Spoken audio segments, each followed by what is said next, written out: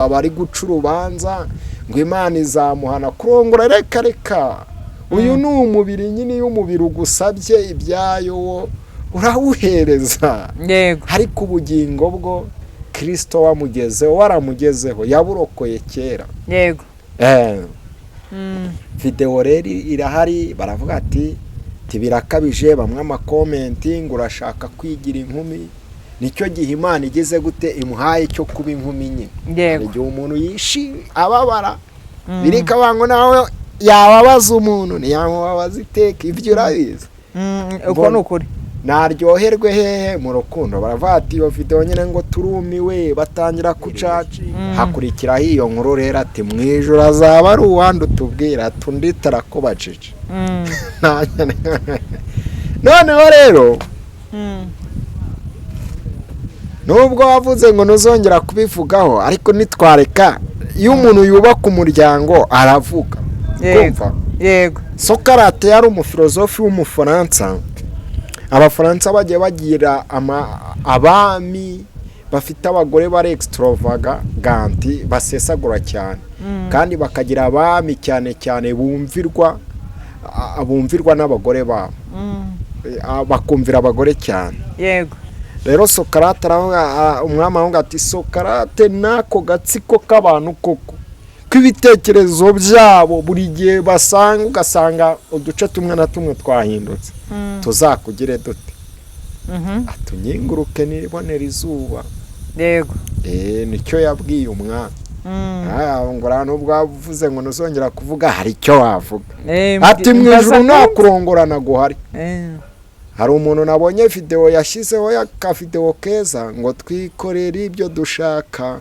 nyine bari mu rukundo yego avuga Ferdinand iyo ndi buvuga abantu ibintu Mama Mignone Official Marene w'abamarene muramubona hari imbere Ingoro TV nayo turahabaye ngewe nitwa Manu Zone 250 hari filime nziza yitwa Imfubyi zigira ibanga Marene w'abamarene ingo zahara zubaka cyane tugohaye ikaze turishimye natwe kuba mugiye kubana natwe Imana ibaho umugisha shimirira abantu bose bakoze subscribe kuri izi channel zo abantu bakoze subscribe haba ku Ngoro TV haba kuri The Blessed haba kuri Mama Mignone Official ndabashimiye by'umwihariko nawe ukurikirana ikiganiro ukagisoza ndagushimiye ku buryo bukomeye ndongera gushimira abantu bafata ibiganiro byacu bakabihereza abantu kugira ngo babyumve kuko ibi biganiro biba birimo ubutumwa nshuti yanjye ibi biganiro birimo ubutumwa hari abantu sindi butinde kubica ku ruhande hari abantu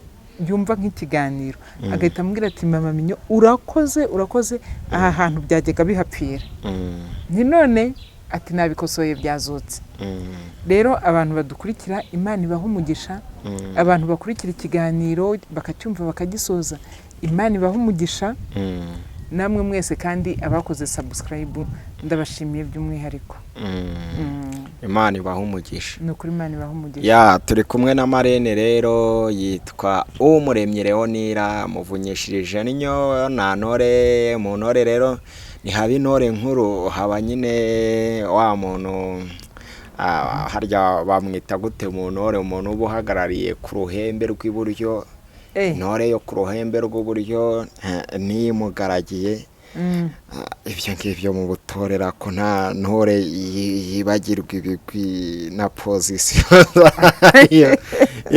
niyo mpamvu rero muvunyishirije muvuga gutyo ni umubyeyi akora kansaringi akora ibintu byinshi inshuti zawe rero zisabiye ngo ukore gurupe yego abantu bose bashaka ko bajya kuri Mama Mignone Official group WhatsApp ho baganira bazajya bahura bakabagane kandi rega birakwiriye wajya uhura n'abantu ba mugasangira akuzi ko oya buriya abari babinsabye nahise numva ko ibi bintu ari ngombwa ni nabyo byiza Mama Mignone Official nyine aho ngaho yego uzajya bahaganiriza nyine abagabo n'abagore abasore n'inkumi ntubundi hari igihe bikorera urubuga nagiye kuri Facebook na TikTok nsanga hari urubuga umuntu ashakiraho fiyanse ibaze no kuri kw'Imana TikTok noneho ukajya uvuga ati ndi umugande ukajya kumva umukobwa bata ariko nge sinkunda umusore w'urukara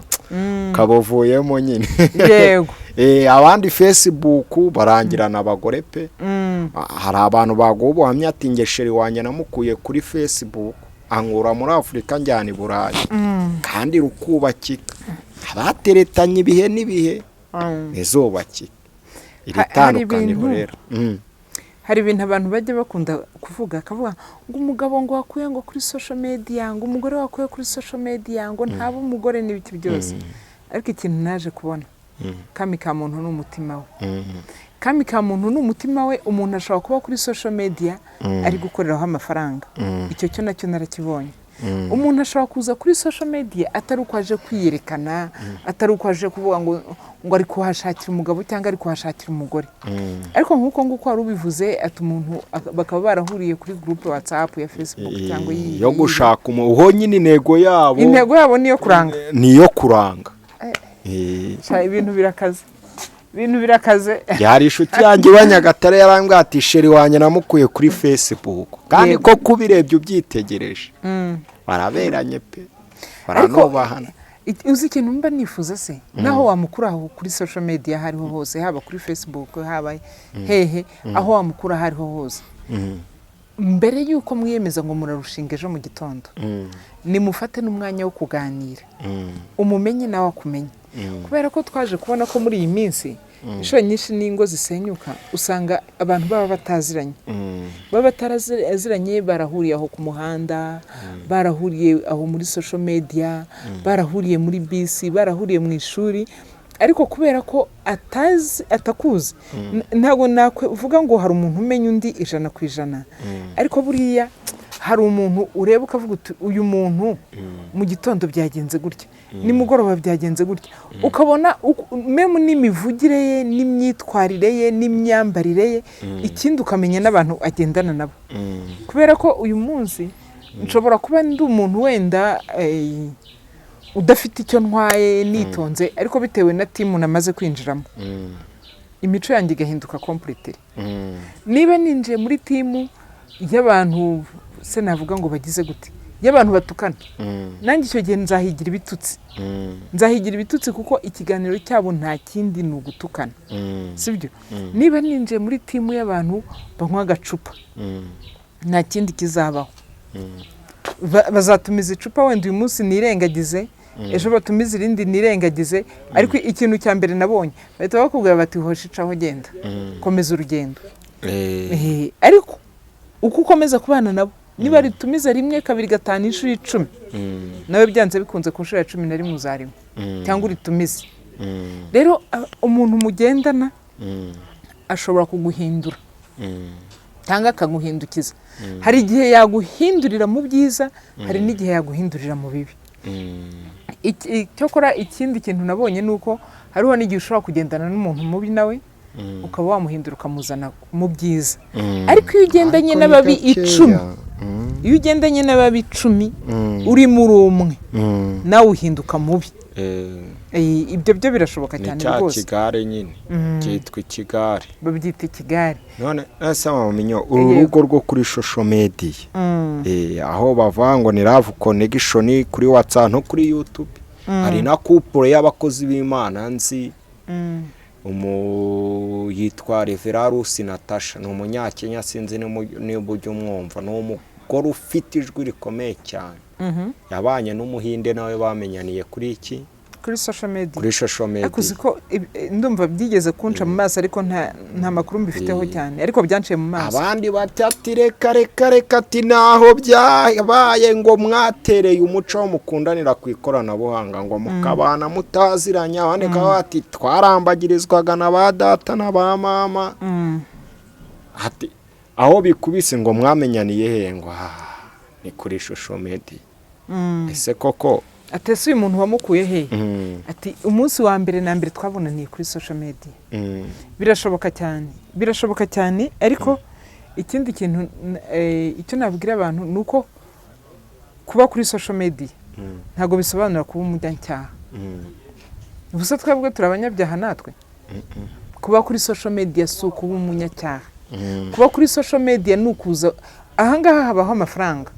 sibyo hariho abantu batabizi hariho imiso nibuka komanteri ubwo uri kubwira abantu ngo baze bayakorere ari umuntu wakubise komanteri arangije avuga ngo ibihumbi 10 ngo YouTube iguhaye ngo nibyo bitumye uvuga ibi nibi ntago YouTube itanga amafaranga gutyo nta nubwo YouTube itanga ibihumbi 10 rwose niba ari uko nguko mwabitekerezaga siko bimeze cyakora umuntu uhamagaye kugira ngo muhe ikiganiro ayo mafaranga ushobora kuyamuha birashoboka rero kuri social media ntabwo abantu bazaho kubera ko ari abanyabyaha nta nubwo bazaho kubera ko baje kwibonekeza ahubwo kuri social media ushobora kuhagera ukahahurira n'umuntu muzima n'uwo muntu nawe ari kuri social media ubu twamaze kubibona yuko hari abavuga butumwa banyabo bari kuri social media barahari ko nanjye nkufata nk'umuntu udakorera amafaranga ahubwo waje gusana imitima y'abanyarwanda sibyo hari abareba mama minyoni bakavuga bati ibintu watubwiye ni ukuri harimo ikintu nakosora mu rugo rwanjye rukubakika kandi koko nanjye buriya iyo ndi kuvuga ibintu by'urugo mbivuga numva mbikuye ku mutima ntibinsaba kuba wampaye 1000 ntibinsaba kuba wampaye bingahe ahubwo mba numva ibintu ndi kuvuga ikintu cya mbere na mbere buriya muri kamere yanjye mba numva nta muntu ukwiye kubaho ababaye icyo cyo rwose abantu bazi mama minyone bakimumenyereho mba numva nta muntu ukwiye kubaho ababaye ababajwe n'undi noneho ibaze kuba uri umugabo ukabaho ubabaye ubabajwe n'umugore washatse wamutayeho umwanya munini wamutanzeho inkwano ndetse nta n'undi muntu wabonye wamukurutira kuri iyi si kuko warebye mu bakobwa benshi uramutora urareba ku isi yose uravuga ngo uwo mpisemo n'uyu nguyu wowe tuzaba mukagenda mukabana hashira umwaka umwe ibintu bikaba byabaye barabara hari igihe ushobora no kuba waramuhisemo wenda ibintu bikaba bibi binaguturutseho wa mugabo we cyangwa se biturutse kuri uyu mugore ahubwo ni gute mugomba gufatikanya muri uru rugendo mutangiye icyo nicyo nshaka kwigisha abantu kuko uyu muntu uramukunze umukunze umwaka umwe umukunze 2 ushobora no kumukunda imyaka 3 ariko ntabwo umuzi kuko umumenye wenda afite imyaka 25 umumenye afite imyaka 20 umumenye afite imyaka 30 cyangwa 40 muri ya myaka yose yabanje hari ubundi buzima yaciyemo ubu buzima rero uyu muntu yaciyemo bisaba kugira ngo nimba ugiye kubana nawe kabone naho waba waramukunze 100%, mwongere umere nkaho umwinjiramo umwinjiremo umenye ubuzima bwe umenye imibereho ye umenye ibyamubabaje umenye ibyamushimishije ibyo bintu iyo wamaze kubyinjiramo ukabimenya uyu muntu kurwubakana birashoboka wirinda kumubabaza wirinda kumukomeretsa kuri kiriya kintu ikindi cya kabiri uyu muntu nubwo umukunze mba ndi kukubwira ngo mukunda ariko nawe wibuka yuko hari kamera ufite hari karagiteri ufite izi kamera zawe na karagiteri zawe idoko ububi bwawe ese nturi bubufate ukaza kuburoha kuri uyu muntu nubwo wamukunze 100%. rero nubufata nabwo ukaburoha kuri uyu muntu wakunze 100%, byanze bikunze ntago muzabaho neza niho hahandi mba mvuga ngo hava umubabaro ku ruhande rumwe ari byo mbona nkavuga ati kuki umuntu yagukunze byarangiza akanakubabaza ubundi biba byapfiriye hehe aha rero niho hatuma mama minyone nza nkavuga ngo uyu mugabo wagukunze akagukura mu bakobwa 1000 mwubahe arya igo rwose narangiza nkabwira n'uyu mugabo ngo wa mugabo uyu mukobwa ukuye mu rungano yari afite benshi bashoboraga kumufata yari afite benshi bashoboraga kumurambagiza ni yihe mpamvu umukuye mubo aho yarari warangiza ukaza kumutesha umwanya warangiza ukaza ukamwicira kurwara nk'inda kandi waramukuye iwabo ubu hari abagore benshi barwaye depression kubwa abagabo bashatse hari n'abagabo barwaye depression kubwa abagore bashatse ariko mwabanye neza umuntu mufitanye abana 2 mufitanye umwe mufitanye 3 ese nta n'umwana murabona hagati yanyu kubera iki ufata na gahunda yo kumubabaza hejuru y'ibyo byose itambere na mbere manza wicara uvuga ngo uyu muntu namutesheje umwanya kandi hari abandi bashoraga kumukunda bari kumwe cyangwa se ikindi gikurikiyeho uyu muntu mutesheje umwanya hari abandi bakobwa bashoraga kumwemera kubera iki namwemereye urukundo ntarwo mfite kubera iki namwemereye urukundo kandi hari indi mibare ndimo. Ibi rero nibyo mama Mignone bari kuvugaho, akavuga ngo buriya urukundo nyarukundo ni urukundo umuntu rukamukundana n'ibibi bye rukamukundana n'ibyiza bye. Niba ngukunze ni ngukunde nzi yuko hari n'ibibi ufite, ibi bibi nubasha kubigwamo menye uko mbyihanganira nawe nubyitwaramo neza, twongere twubake urugo rwacu rube rwiza, sibyo? Niba nanone hari ibibi nanjye mfite kuko wankunze, nimfata umwanya wo kuvuga ngo ibi bibi mbisize inyuma, ahubwo nje kubana nawe akaramata. Niba hari n'amakosa nagiraga, niba hari n'amafuti nagiraga, niba nagiraga agakungu, aka gakungu ninkavemo aricyo cya kigari, menye yuko iki kigari kitazanyubakira. Ariko pastor, uzi ko hari ahantu hari umuntu ushaka abakobwa b'inshuti ze rwose bakaza kumutahira ubukwe pe, bakaza bishimye, babyina, bamwambariye, abasakuje, abaje guceza, kumubyinira, abo bose bakaba bahari. Barangiza kwa gatandatu ubukwe bwarangira mu gitondo saa 12 ku cyumweru, message zikaba ziranditswe ati warayitese, ati nukuri kw'Imana kwa gatatu tuzahure utubwire. Kwa gatatu akongera agasubira muri cya kigari, akajya kubonana na babandi, bagatumiza ka gacupa bajyaga basangira, ati reka babwire turugona rushyitsemo, ati mwebwe bimeze bite? Umugabo yavuga ati reka ni wana, umugabo yamuhamagara ati se sheri, ati uyu munsi wiriwe he? Ati nagiye kureba babashuti banjye. Abashuti yagiye kureba bamwunguye iki? basangiye agacupa, nababwira uburyo umugabo aryo. Hari uburyo rero nshaka kubabwira nanone, iyo washatse hari intambwe uba wateye itandukanye naho wari uri. Hari ikiciro uba wavuyemo wageze mu kindi. Se mama, niyo mpamvu abagabo twavuganaga batakituvugisha. None se uri kumva mwavuga n'ikisi? Wamwigisha se uko ari bujye guhahira umugore utabizi utarabigeramo? Ibyo byose ntabwo urabona umuntu uko ashaka ukagira ngo ntimunaziranye, sibyo? Mukajya mubonana umunsi umwe mu kwezi, rimwe n'umwaka ukaba washira mutanabonanye kubera izihe mpamvu yinjiye mu zindi nshingano. Mwahuraga mukicara wenda mugasangira iyo fanta, mukaganira, mukaryongora, mukavuga abana mwiganye n'ibiki byose, ariko uyu munsi afite n'umugore agomba kuvugaho, agomba no kuvugana nawe. Ntago rero azaza kukureba uri umusore. Ubwo rero aho wari ugeze n'abayita bajya kureba abasore n'inkumi rero batabyitayeho. Mbo kujya kubareba ntago bisobanura yuko gushaka biguca ku nshuti zawe, ntago ucika ku nshuti zawe, ariko icyo mvuga nuko ugomba kumenya ko hari ikindi cyiciro winjiyemo. Iki cyiciro winjiyemo ukagiha agaciro. Niba mwagendanaga muri abakobwa mwese mwakubisemo udukabutura, muri kugenda nyine mwakubisemo utumucikopa, ari two muri kugenderamo, iyo washatse nshuti yanjye shoro nyinshi birahinduka. Gusa simvuze yuko iyo ushatse wambara rumbiya, oya, nubwo wambara rukubita ihugu, ahubwo hari ibintu byinshi bihinduka kuri wowe. Simvuze nanone yuko umugore washatse akambara mucikopa byaba ari ikibazo, uretse ko mu muco nyarwanda byo hariho igihe bihinduka ikibazo, ariko ku banyarwanda bari hanze y'u Rwanda rwose bakubitamo na twa string bakigira ku mazi. Ese string ni ikibazo ko naramenya string cyari cyo? Naye sindayisobanukirwa. Nanjye nimba numva bayivuga.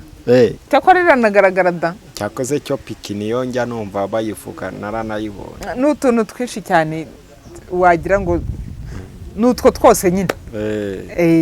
Gusa ikiriho ni kimwe, nuko umuntu washatse agomba kwiyubaha ndetse akubahisha n'uwo yashatse. Icyo nicyo kintu njya mvuga. Nimba washatse iyubahe, wubahishe n'uwo washatse. Kumwubahisha ni gute? Hari amagambo uvuga, hari ibikorwa ukora, hari abo ugendana nabo, hari aho wicara, hari imyambarire, hari byinshi uhindura mu myitwarire yawe. Meme niyo uri muri fiançailles, iyo uri muri fiançailles hari ibintu byinshi uhindura. bitandukanye n'ibyo wari urimo. Nimba navuze ngo mu migendere yawe no mu myicarire naho uherereye, ntago wambwira ngo uri muri fiyansaye ngo uragiye ugeze hariya uguze ikirahuri kugenda ukirya mu muhanda. Hari ibintu byinshi cyane tugomba guhindura. Nta makupura abikora, wabona n'abagenda gusangira igikoma ari abasherise muragenda mukagisangira nyine aho mwicaye, n'agacyayi muragenda mukicara ahantu mukabinywa, ariko kugenda uri kurya mu muhanda nuhura na sobukwe wakabyara we, nibyo biri romantike. Ibyo byo hari ukuntu hari ibintu ntajya mpinga akaraha na sheri, hari ibintu ntajya mpinga ushaka gufatanya akaboko na sheri wawe mukaba muri kugenda mu muhanda agushunishaho nawe umushunishaho, hari ukuntu byaba byiza mwo gakeya. Ariko nimba nguze ikiraha njyewe mama minyone nkafata ikiraha nkagenda ndi kukirya, n'abana nahura nabo biganye na minyone basiga bamuhamagara bati mama minyone we duwe n'umwana duwe na mama ari kurya ibiraha mu muhanda ari kurya ikirindazi. Ubwo se ukumva ataba ari ikibazo? Deja aho ngaho nabansebeje umwana wanjye, sibyo? Nibyo mvuga ngo mu kwiyubaha hari ibyo tugomba gukora n'ibyo tutagomba gukora. Mu kwiyubaha ubu koko byaba ari byiza yuko ugenda mu muhanda umeze nk'uri gukina karere kandi uri umusore ugiye gushyingirwa uri muri fiyansaye. Urayikina da ukaba ugenda umeze nk'uri gukina karere, uteye uwo mupira se cyangwa ugatera ishoti icyo kintu ubonye mu muhanda ugashiduka ugikubise kuri sobukwe. Kandi basabukwe ujye umenya ko ari benshi, sobukwe ntabwo ari ubyaranye umugore wawe gusa, umugeni wawe umubuze na ba nyirarume ni basobukwe na base wabo ni basobukwe. Uramutse ugize gutyo ugatera ikintu umugeri ukabona ugikubise kuri se wabo uri gufiyansa, aho urwo rugo aho ati mbega umusore we baratangira bati bati mbega umukobwa wacu umuntu agiye gushaka atagenda kina karere mu muhanda atazarwubaka. Ibyo bagatangira kubyibaza. Rero icyo nashakaga kuvuga kuri iki kintu ni uko igihe winjiye muri etape yo gushaka, meme winjiye muri fiyansaye, hari ibintu byinshi ugomba guhindura kuri wowe. Hari ibintu byinshi ugomba guhindura kuri wowe. Niba wajyaga kubyina injyaruwa no mu kabari, itwararike. Hari abajyayo kandi bwo mama minyakuvuze niko ngewe hari umukobwa nasengeraga wumvishe, kandi n'abakobwa bose bumvireho. Ngewe si uko ari ugufunga umutwe, nzi ibintu byiza, n'umuntu uri romantike ndamuzi neza. Uwo mukobwa tugasengana afite icyifuzo cy'umugabo, arazi ko nubatse niwe waneje abantu, ubundi ijwi ryanjye ryumvikana nk'iry'abagabo. Kumva noneho buri gihe na statiye none n'ubu ndebye yapostinze usanga yibereye ku mazi yambaye utwo twenda turi hejuru, ubundi nanone statu ukabona ari kuvovora inkoko bya bindi byateye. Ati koko uyu muntu ndimo ndasengera ndanamware hamwe ati se ziriya stati zawe wajya ureka kuzishyiraho ko ari enjoy yawe, uko ari n'umusore waba yaragukunze mwariganye cyangwa kubona yabona biriya wikora akabona ni yazagushobora ngo reka ngibyo ni iby'abaturage. Ati ntacyo tubyiwe guhera uwo munsi isengesho ryanjye nabwo ati sinzongera kuvunika nsenga.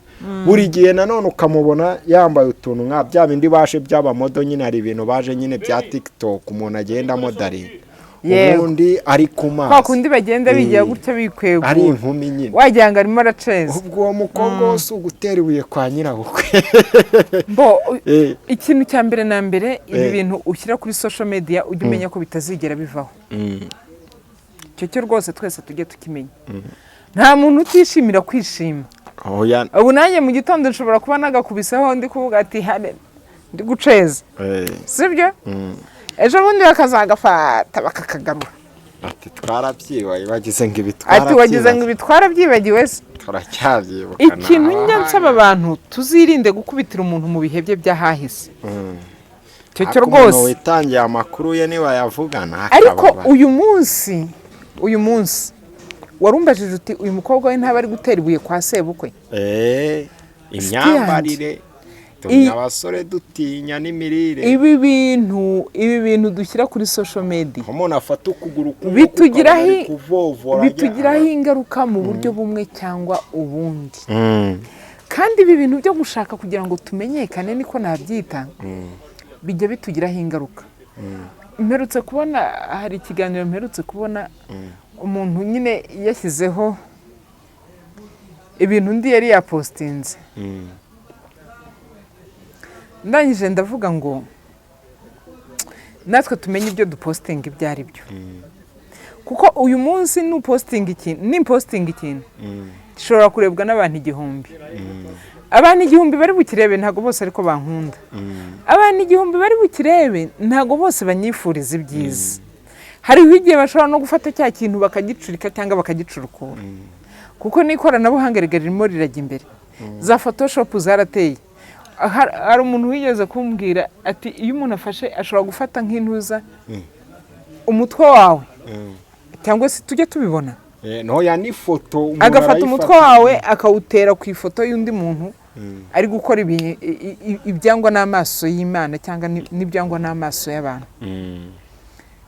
Rero ikoranabuhanga rigeze kure. Tumenye uko tugendana naryo. Ririmo riranasenya. Ikoranabuhanga ririmo rirasenya. Uyu munsi hari ikintu nshobora gukora mfite iyi myaka mfite bakazakingarura mfite imyaka 80. Ibyo bintu twagiye tubibona. Nubwo njya mvuga ngo nubwo haba harimo gukomeretsa n'umutima w'umuntu. Ko wagira ngo tubereho gukomeretsa imitima y'abantu. Cyakoze cyo nanjye noneho narabimenye ko inzego zacu zisigaye zikora rwiherera pe. Zirimo zirakora mu ibanga. Cyane rwose. Hayo umuntu usenya umuryango bajya bamwe. Umuntu ugakomeretsa umutima we ubusenya umuryango. Icyo cyo tujye tucyumva tunakemere. Kandi twaje kumenya yuko umuryango mwiza niwo shingiro ry'igihugu cyacu. Cyane. Sibyo. Umuryango nuba mwiza n'igihugu kizaba kiza. Ibyo byose nzareka kubivuga. Buriya iyo abantu batari kurwana hariye hakaba hari amahoro. Nukuri ntakubeshye. Bucya mu gitondo ibintu byose byabaye byiza. Cyagize ikintu cyazanye His Excellence muri kwa kwiriza ubusa kw'igihugu yiruka. Yaje yiruka nta n'ikindi. Muri speech sinjya nsesengura abami n'abayobozi ariko numva ibyo bavuga. Yahereye abati nk'imiryango abantu gasanga abantu ngo bakarebera ati muri mubiki. Ati yo naje hano nanjye mba naje kwinegura. Yavugaga ku kintu bita umuryango. Yego.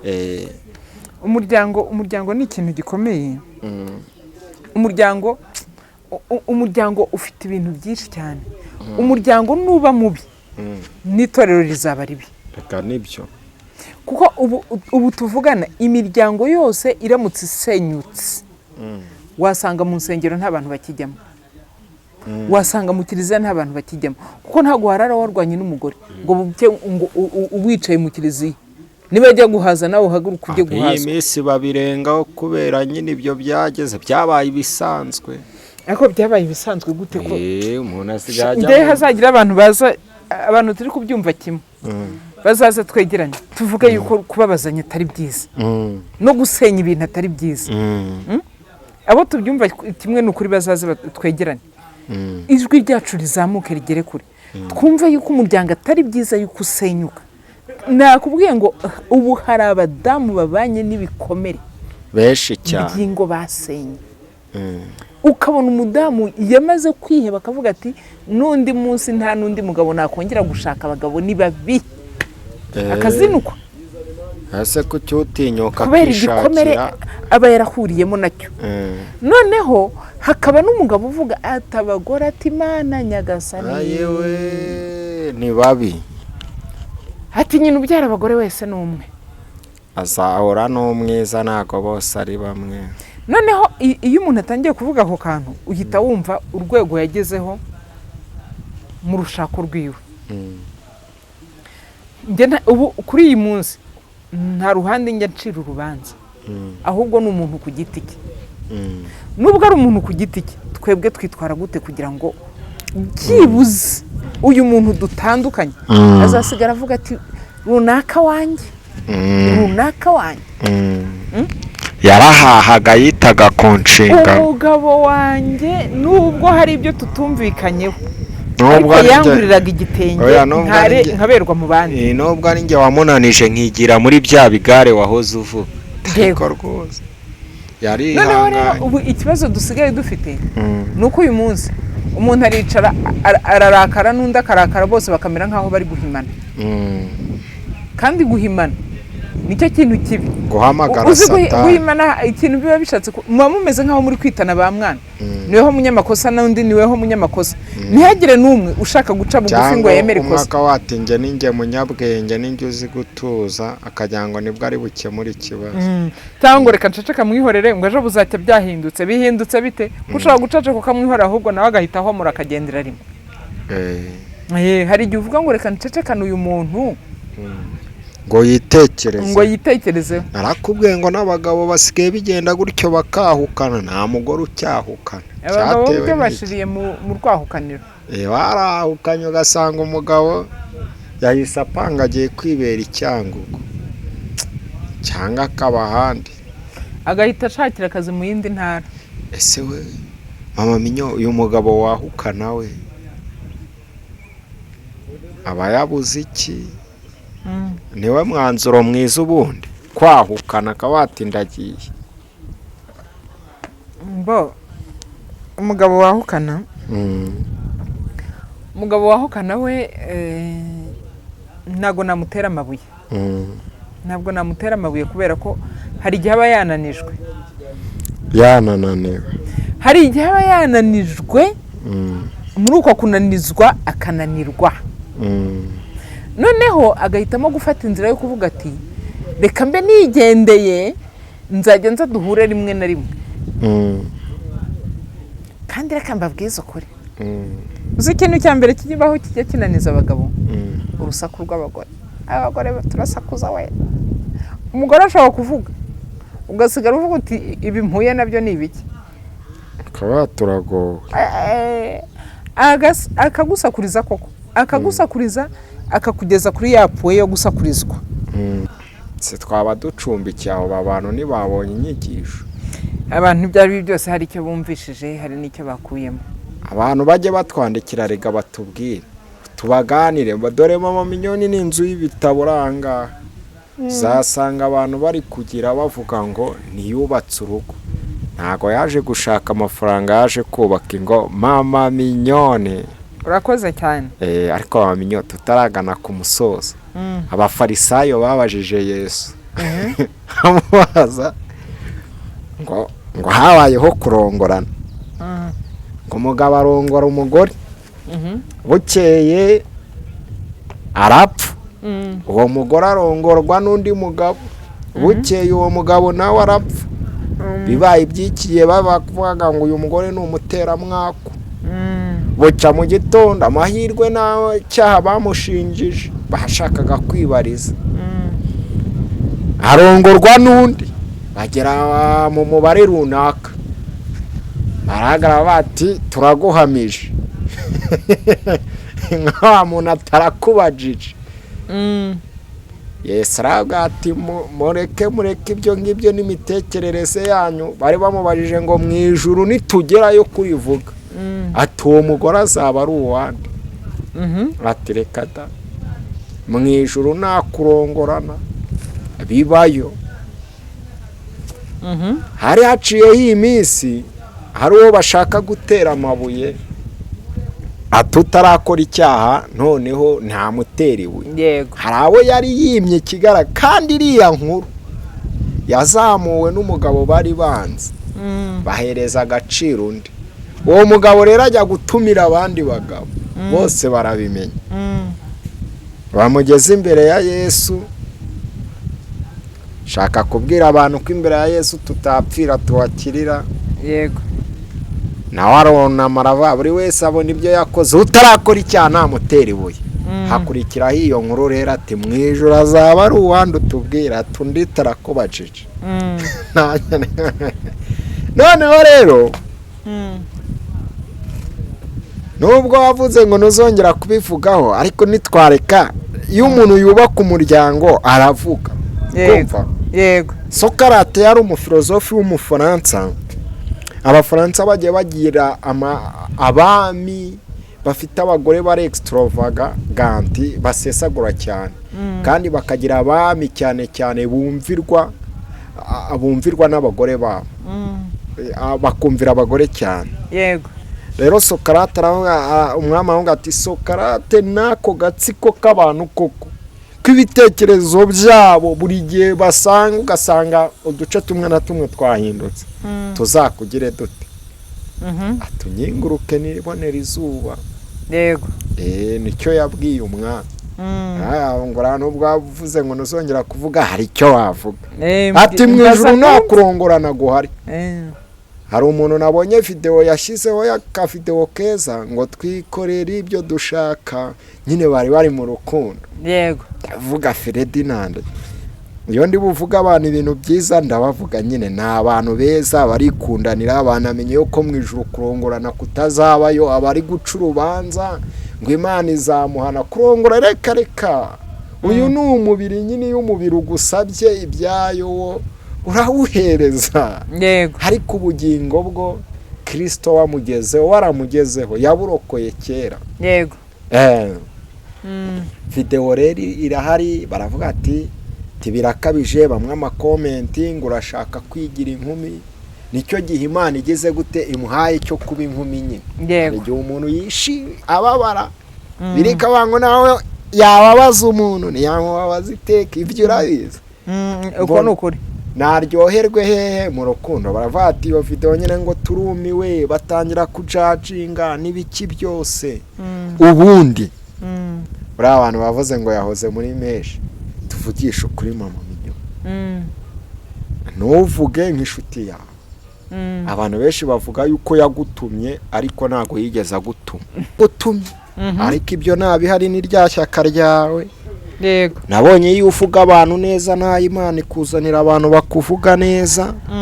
Ariko icyo nabonye cyo pe inshuti yawe ntago njya ncinya inkoro, njye navugisha ukuri. Yego. Usibye wowe nabonye umurwanirira ishyaka, hakaba n'ibyo ubona by'ukuri bikakubabaza, ndabivuga nushaka kubikatemo kuri cano yawe iwanjye ndabishyiramo. Nyine kumva ntasho utagira, ni kwa kundi wenda umuntu amenyekana abantu bagashaka kumwikundirizwaho. Havuyemo mama minyoni nzi wenda n'abandi wenda wazi pe, ntasho utagira.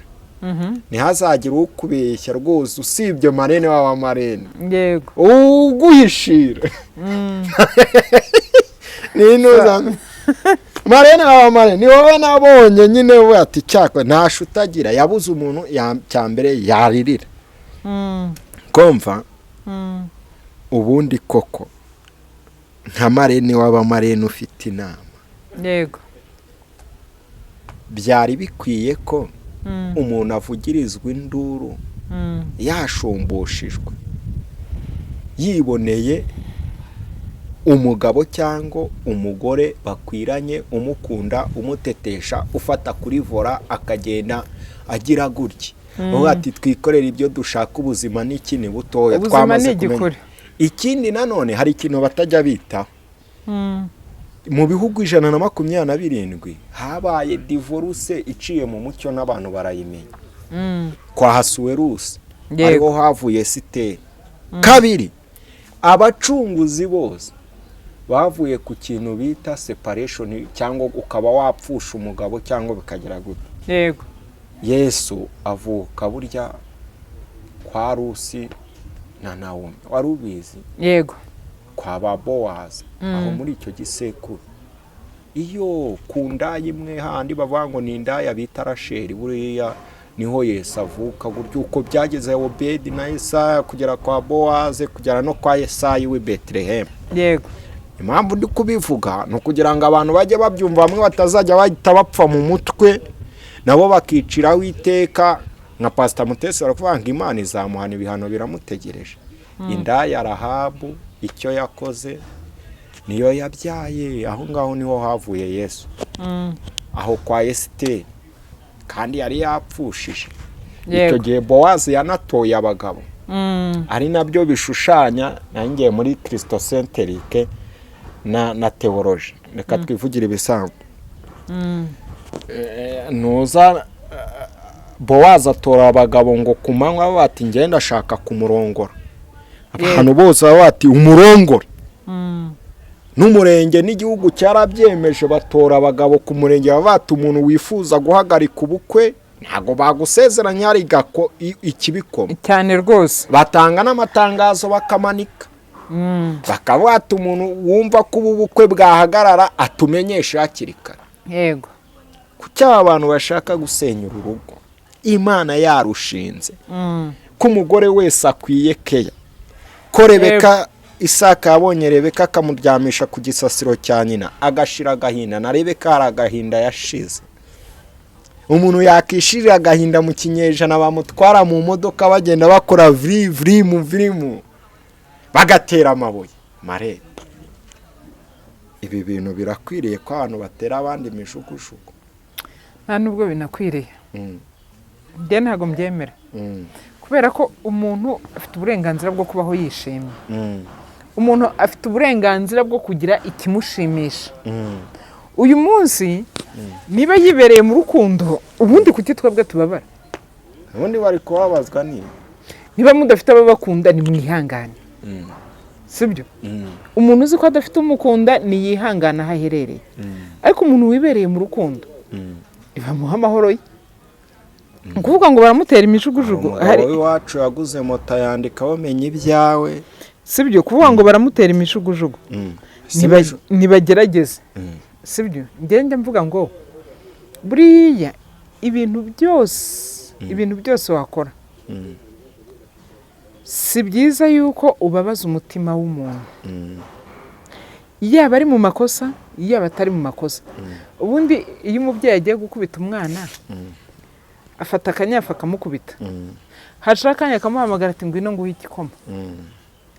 Si yamaze kumukubita se kubera ko yari ari mu makosa? None se yamukubita, hashira akanya kongera agakubita, hashira akanya kongera agakubita, akazakubita ubuziraherezo?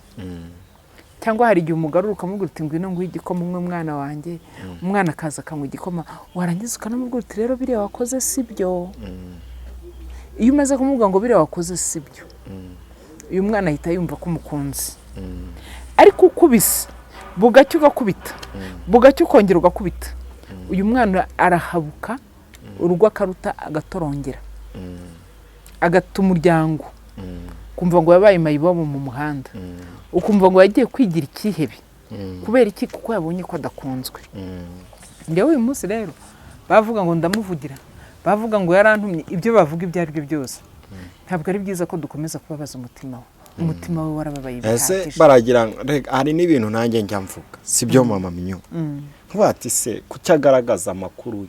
Ese nimba ari cyo gihe cyo kuyagaragaza? Oya, hariho igihe kiba ngombwa ukumva urashaka kuyagaragaza, nyine ukumva nyine nibyo bigushimisha. Hariho n'igihe umuntu aba yicara, buretse nkwereke, ubu uyu munsi hari umuntu ushobora kwicara akabaza yuko mama Mignone mbabaye, akabaza ko mbabaye, akabaza yuko nihebye, akabaza yuko naryamye mu buriri bwamperanye, kandi njyewe ndi kwisekera ngahita nkubitaho, ariko buriya sitati ndi guseka, kugira ngo wa wundi wabitekerezaga abone ko nta kibazo na kimwe ufite. Ubwo si uburyarya? Oya, ntabwo ari uburyarya, ahubwo navuga ngo nshatse kukwereka amakuru yanjye, nshatse kukubwira n'ibyanjye ntavuze, ubibonere hariya, kandi birashoboka. Rero abifuza inabi nababwira ngo nimureke kubabaza umutima w'umuntu. Bareke no gutera ibintu by'amabuye. Uzi uko n'umwana uri kuvuka azi iyo nkuru, ukibaza uyu mwana biramumarira iki? Abantu baraza, kandi reka mbabwire, hari komenti baba bavuga kandi mbona ari bo bazivugira, tubyihorere ariko abantu basigeho. Oya, urabona n'abantu bagira, umuntu ashobora kuba ari we wakoze na cya kiganiro akaza kwandika muri komenti yawe ati wamuvugira utamuvugira ni hahandi he bimeze gutya na gutya, ariko nawe wamuvuga utamuvuga ni hahandi urugo rwe ruzabaho rugere igihe rugomba kugera. Ni hahandi he iyo mariage izaba ku itariki 30 z'ukwezi kwa gatatu. Wavuga utavuga cyakora kuvuga ko nituvuge kubera ko abenshi baravuga bati turamuvuga tugacuruza no mu kanya umaze kubyumva umuntu arakubwira ati ntavuze ntabwo nabasha gucuruza ntanamuvuze ibibi sinabasha gucuruza uzarebe iki kiganiro kiri kuvuga ibyiza ntabwo bari bukirebe ahubwo ikivuga amatiku cyo baraza bakireba ikiza kica umutima w'umuntu ikiza cyangiza umuntu natwe turi babwira ati nimuze mwicare dufite amakuru ya nyayo ya Pastor Mutesi tubabwire mutera agatebe mwige ukuri cyane rwose kuvuga umuntu umukomeretsa si byiza iryo juru muri kuvuga ngo narya zinjiramo iyo mana mwebwe mutanga ijuru n'ibiki byose ngende reka mbaze nibo batanga ijuru ninde muri bose yarigiyemo se tukabibona ko yarigezemo cyakoze cyo reka nkubwize ukuri mama Minyo nubwo najya muvugisha uriya mugore Imana yamuhaye umutima pe reka nkubwire yamuhaye umutima udakomereka tujya tubwizanya niba hari abantu bakomera arimo uriya mugore ni intwari njye n'iyi saha nzabivuga sibyo uyu mugore ni intwari uriya waje kuvuga ngo bamutwaye umugabo n'ibiki byose kandi n'ubundi nawe ataruwe umunsi yagombaga kuvuga umunsi yavuzeho uriya mugore yataba intwari aba yarahise byari kuba bibi ariko ndashima ikiganiro yaje gukora ari kuvuga ati mumuvuge niyo bazaba abagore 500 bazaza bahetse n'abana 15 nzabakira mwakirane n'ibyo byose hariya rero niho hakwereka umugore nyamugore njye ikintu nsaba Imana kuri iyi si ya rurema ko mama Minyo nyamara Mutesi ni umugore uzi ubwenge Mutesi umugabo umunanira uyu mugabo ntabashobotse twemere ko n'abagabo badashobotse bariho ariko Mutesi azi gukunda ahubwo yabuze njye nakubwira ati Mutesi yabuze umuntu yabwira yabuze n'umuntu yakunda Mutesi nabonye akavideo viba bati twikorera ibyo dushaka urukundo ni rwiza aho akavideo harimo indirimbo ivuga gutyo harimo akaririmbo nyine kagiye nk'uko nyine no kunyemese mvuga ko nibukanye reka mubwire uriya mugabo aguye hashashe uriya mugabo azakundwa doko avuga ati ijuru rito ribaho nanone nishimiye kuzabona Sandrine na Pastor Mutesi bicaranye baganira kuko wasanga baranavuye ingeso wenda Feredina n'imipango yari afite uko byagenda kose akabati wenda yari afite inzira z'Imana njye nemera ko ari nyinshi inzira z'Imana ni nyinshi igisubizo cyane cyavuye mu rwobo rw'intare cyane rwose inzira z'Imana ni nyinshi kabati mwana wanjye wabona nuriya mugore hari ibyo yaje gutabara twebwe tukaba tumutera amabuye ariko nawe aho ngaho nibyo nimo ndashaka hari byinshi yatabaye hari byinshi yaje gutabara kandi kigaragara iyo naceceka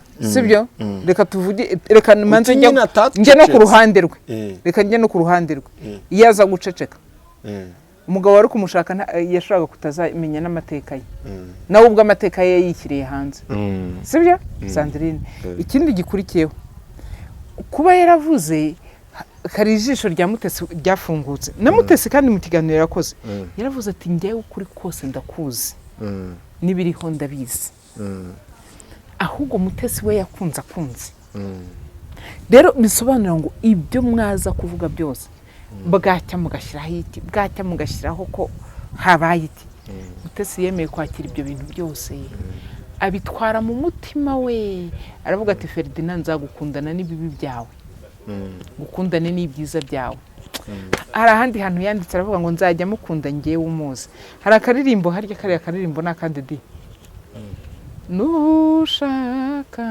ni oya icyo gitero kivuga ngo ikira ntago mbyibuka hako yaramutomora nzajya mukunda ngewe umuzi arya reka nkubwire Mutesi azi ubwenge azubwenge ahubwo reka nkubwire ariko afite n'umutima ukomeye pe abantu nibashaka bashyigikira urugo rwe no kuri Imana yanamuhaye no kuri nashaka ajyahereza Imana icyubahiro Imana yamuhaye umutima famiye yo kuriya mugabo yari ihari famiye yo kwa Mutesi yari ihari bose muri mariage civile ye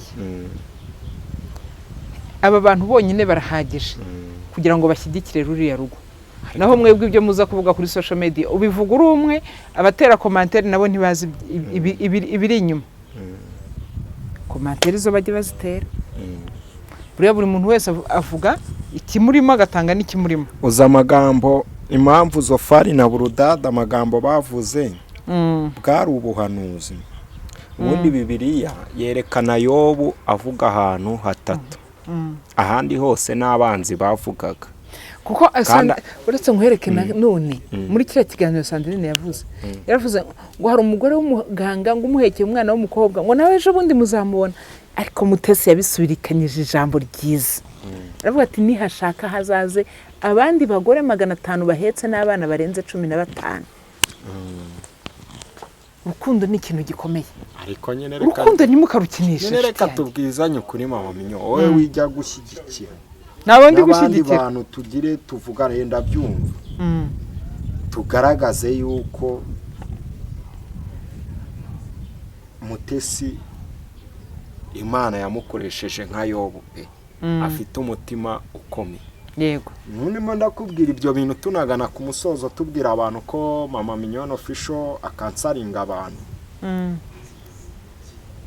Yobu buriya ya magambo yose ujya wumva nko ku gice cya 5 ngo hamagara hari uwakumva yego kumva buriya ni ijambo ry'umwanzi ngo yaramusengeye bamwereka ko bamukunda babatuye umuntu twari dusanzwe dusengana ibibanza akabigura akatwohereza natwe tukabona umugisha katwumva kandi twamuhamagariraga Imana ikaza none reka tumubwira hamagare ngo ahamagaye ngo niyaza ku gice cya 6 barandika bango rega burya Imana niyata umuntu w'intungane bamaze gukabiriza bageze hafi ku gice cya 18 yo baravuga atariko ibyo mwavuga byose nzi ko umucunguzi wanjye ariho amaherezo azagarara mu isamaso yanjye azamureba yongera kuvuganirwa n'undi muntu Imana yari yohereje nkuko nawe Pastor Mutesi Imana yamuhereje Mama Mignone wasanga aramuvuga rwera nyine ku gice cya 28 ako kurani nsengereje yizana basi muzanira umuntu umushyiramo inyorosho si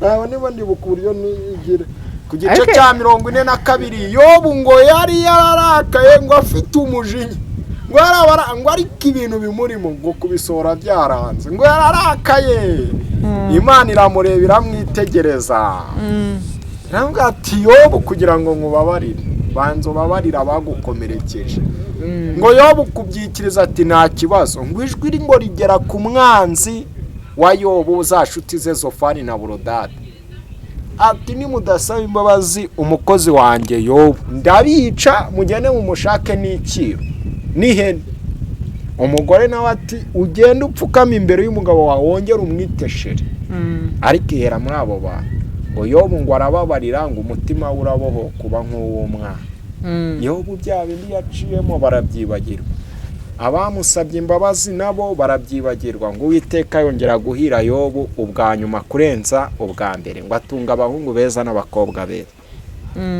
muri icyo gihugu yego rero Pastor Mutesi nawe nababarire kugira ngo uru rugo arubemo neza bicarane na Sandrine baganire bose basabana imbabazi ndetse n'uyu mugabo nawe impande zombi zikeneye deliverance ndabibona handi nabivugira uzanyumva nimo ndanatanga igitekerezo cy'ijwi ryanye natanze nitorera muzehe kijyana n'abanyarwanda ndivugira ati rwose dukeneye ibi kandi mbona hari ibintu bigenda bitungana hari n'abandi baba babivuze baba bitekerezaho n'igihe kiba kitaragera abantu tutunzwe kuvuga bose aba bantu bakeneye deliverance yo mu buryo buri spirituel bakanakiranira counseling Mama Mignone arahari nimba ari umuntu mwiza counseling nziza Pastor Mutesi ni mwiza ukabwiza umuntu kuri kandi counseling habamo na deliverance nuko abantu batabizi yego yuri umunyamwuga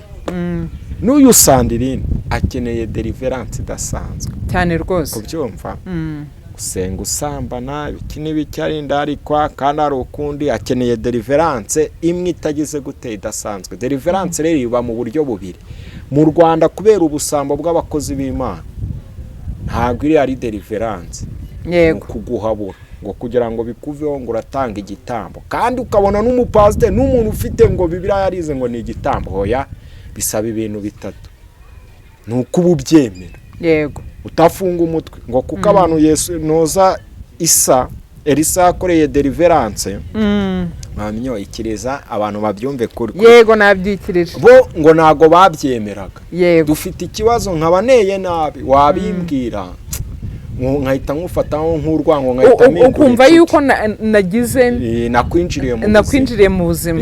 mama myawe ati mama nyo gutya rwose uteye gutya ubutaha ubikoze ahandi umuntu mwahura yahita akufata nk'umuntu mwiza ngewe wabikuze nk'umuntu mubi. nawe ati yambereye mwiza tubwo yarahindutse byaba ari byiza. bo nibabyemeraga gweri kuzumva bavuga ngo hari ishuri ry'abana b'abahanuzi. yego Eliya nta kindi yashakaga yagira ngo bemere ibyaha byabo cyane rwose nabo ngo bahanurirwe kandi barabahanuriraga wari ku butaka bwabo ngo bukarumba ngo n'amazi yahakarura kumva nibyo bibaho. ndashaka nta mugabo tumarana kabiri bo barabyiyemerera ndashaka nkagira amahirwe ariko bigapfa. iyo ngiyo barabyemera yuko bibabaho koko. iyo nashatse abagabo 11 twarambaye n'uwaje yitonda sinzi icyamuteye agira umutima mubi. basoma abami ba kabiri ibice 2 guhera ku murongo wa 18. yego baranamubwira ngo n'amazi ubuzima nyine bwabo nibugenda neza pe. yego n'ugerageje kubaho narenze imyaka 40 niho dupfira. murabyumva ntago ubuzima bwabo barabivuga neza. Elisa arababwira ati rere ibyo nibisaba ibitambo nibisaba n'ubwenge bwinshi. yego bisaba iki? birasaba kuba icyo wabanjijeho kububyemera. arababwira ngo noneho ngo nimushake imerezo.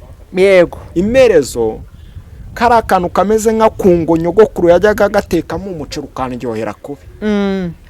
mu buryo bw'umwuka busobanura umubiri wa Kristo utarimo icyaha. yego kongera kwisunga Kristo niwe udushoboza guhora ureba ku musaraba ukabata Imana turiyanye ibi turabyihanye.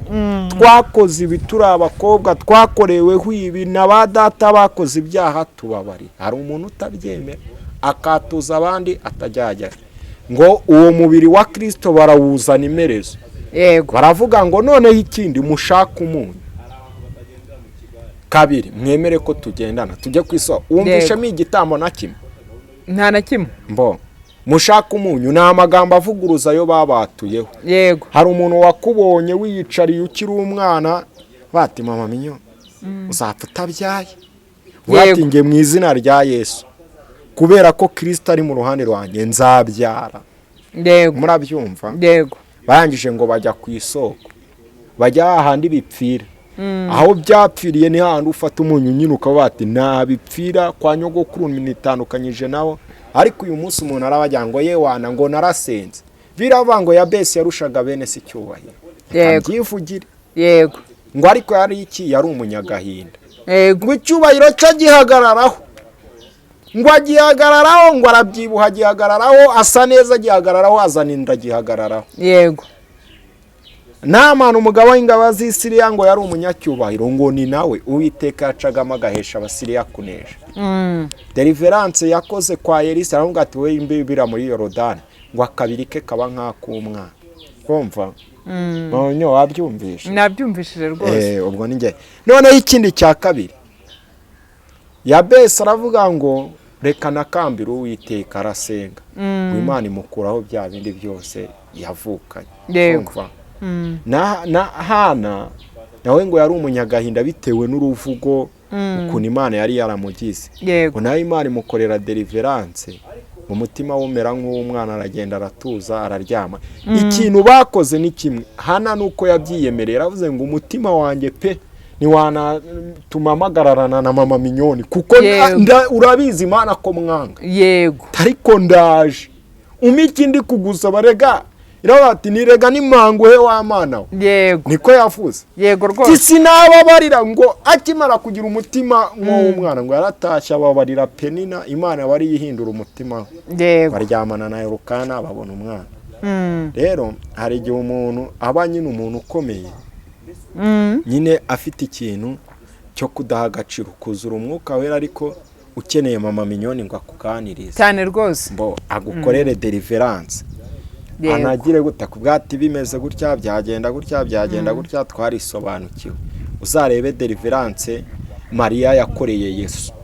abantu bagira ngo Yesu na deliverance yakorewe uzi ukuntu yababwiye ngo aya ngaya nsize yari yamukoreye gusigwa uri kumva abandi niba bijyemo hariya uwo ari we wese nanjye ndayikenera n'undi wese yayikenera akagirwa inama mama minyone se mama minyone hazaritse tugakora cyangwa umuntu nshaka kuvuga kandi mama minyone ibintu n'umuhamagaro wa tuzakore rogo mama minyone harimo counseling bari rated kandi kizaba ari international yego ambo ara counseling bivuge neza umugabo yarakunaniye yego umugore yarakunaniye urashaka kwahukana mama minyone agira ibitekerezo yakikubwiye ukagishyira mu bikorwa kikakunanira wowe heba rwose tora abami tora abatware ubabwire ngo vashiti yakunaniye yego mo murabyumva kundi ukuntu bivuga neza mo murabyumva nubikora bikakunanira uri kumwe na mama minyone kansaringa nawe muramubona no ku nyanza izari cyinjiramo ikindi cya kabiri ufite umwana wamwohereje muri segonderi akora nk'icyaha bamutera inda cyangwa atera inda cyangwa bamutera sida cyangwa atera sida none yarwaye depression ugira ngo ni amasomo ya siyanse yamuhinduye depression natwe twize amafizike niyo tugize depression umwana wabuze umuntu wamuganiriza mama minyone aramuganiriza mukuremo amagambo yose ababwire mumenye uburyo umwana mumufasha aho kugira ngo azagutera icyuma umupasiteri mu Bufaransa bateye icyuma kubera iki kwanga kuganiriza umwana we kandi arafite depression kumva ibyo mama minyone arabikora kandi neza mbere yakoreraga ubuntu ariko ubu nta mafaranga mu bimenye utazajya uhamagara nta kintu uri bumuhe nta nubwo azi kudiringa ariko ibiciro tugiye kuzabishyiraho neza tarifu na season yego nako myana kandi aho yahaye promotion mu cyurizo ngizo ikindi cya kabiri ushaka kwamamaza ushaka kumutuma ngo avuge kuri business yawe ayivugeho yonyine imyenda yawe mama minyone aragenda ko bati mugende mubwire uyu muntu abambike kandi ni inyangamugayo cyane rwose akwamamariza ibyo bintu nibyo bigiye kugenda neza abadamu bose b'abasirimu b'i Kigali mubonye umusirimu uzabigisha gusirimuka gusasa bateka gute basasa gute nomero ya telefone nimero yanjye ni 0788268382 Mana y'amahoro ibaho umugisha.